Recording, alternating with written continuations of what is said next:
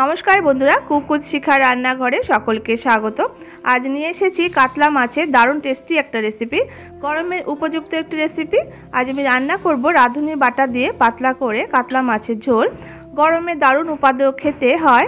আশা করছি আপনাদের কাছে ভালো লাগবে। ভালো লাগলে অবশ্যই একটা লাইক করবেন, বন্ধুবান্ধব আত্মীয় স্বজনের সাথে রেসিপিটি শেয়ার করানো থাকলো। তাহলে চলুন শুরু করা যাক। এখানে আমি 4 পিস মতো আলুকে এভাবে লম্বা লম্বা ফালি করে কেটে নিয়েছি, আর এখানে আমি 5 পিস পটলকে খোসা ছাড়িয়ে 2 ফালি করে নিয়েছি, আর আমি 4 পিস কাতলা মাছ নিয়ে নিলাম।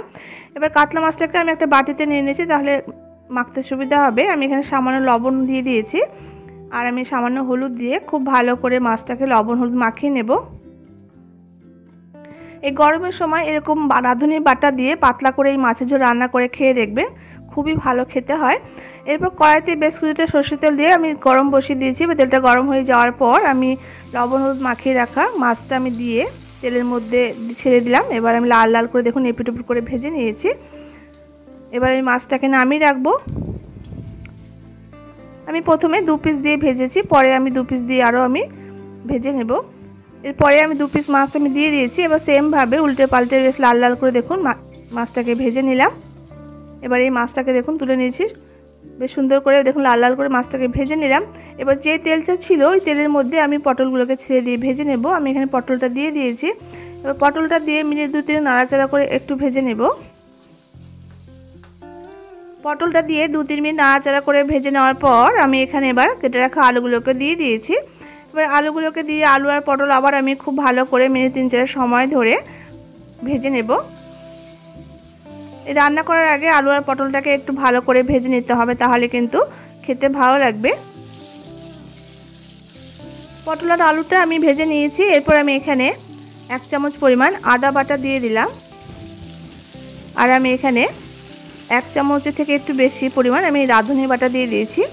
এই রাঁধুনি বাটা দিয়ে এইভাবে মাছের ঝোল রান্না করলে কিন্তু খেতে দারুণ হয়। আর আমি এখানে কিন্তু আর কোনো রকম জিরে ধনে গুঁড়ো ইউজ করব না। রাঁধুনি বাটা যেহেতু দিয়েছি, এই জিরে ধনে গুঁড়োটা দিলে কিন্তু রাঁধুনি বাটার যে সুন্দর একটা ফ্লেভার সেটা কিন্তু চলে যাবে।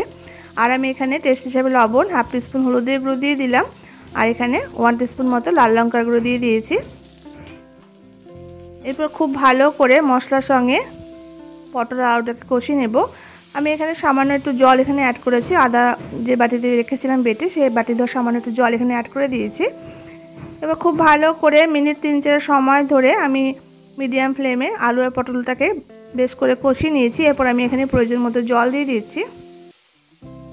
এটা একটু পাতলা মতো ঝোল হবে, তাই আলু আর পটল যাতে খুব ভালো মতো সেদ্ধ হয়ে যায় সেই পরিমাণ মতো কিন্তু জলটা দিতে হবে।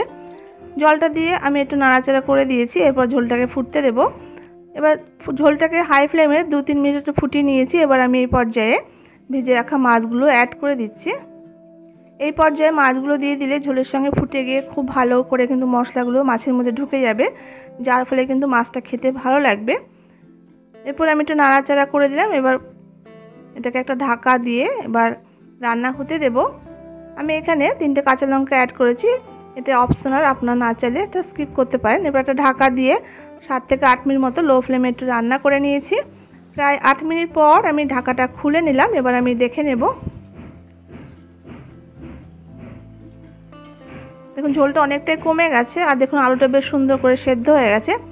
এরপর আপনারা যদি ঝোলটাকে একটু গাঢ় করতে চান, তাহলে এখানে 2 টুকরো মতো আলুকে এইভাবে করে হাতা দিয়ে এই কড়াইতে এইভাবে করে চেপে দিলে ম্যাশ হয়ে যাবে। এতে কিন্তু ঝোলটা অনেকটা গাঢ় হয়ে যাবে। আমি 2 টুকরো মতো আলুকে এইভাবে করে একটু ম্যাশ করে দিয়েছি।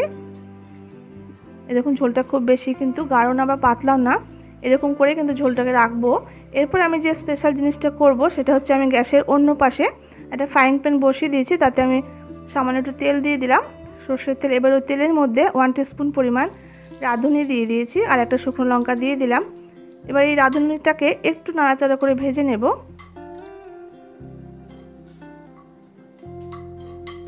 রাঁধুনিটা নাড়াচাড়া করে একটু ভেজে নিচ্ছি, বেশ সুন্দর একটা গন্ধ ছেড়ে দিয়েছে।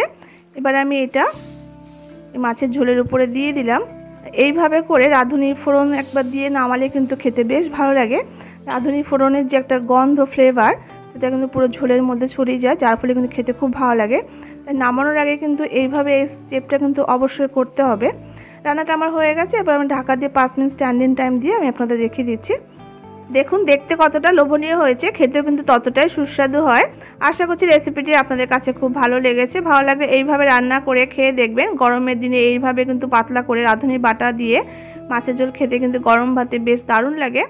আশা করছি ভালো লাগবে রেসিপিটি আপনাদের কাছে। ভালো লাগলে অবশ্যই একটা লাইক করবেন, শেয়ার করবেন, আর যদি নতুন দেখছেন চ্যানেলটি ভালো লেগে থাকলে সাবস্ক্রাইব করার অনুরোধ রইল। দেখা হচ্ছে পরবর্তী কোনো রেসিপির সঙ্গে। ততক্ষণের জন্য সবাই খুব ভালো থাকবেন, সুস্থ থাকবেন। ধন্যবাদ।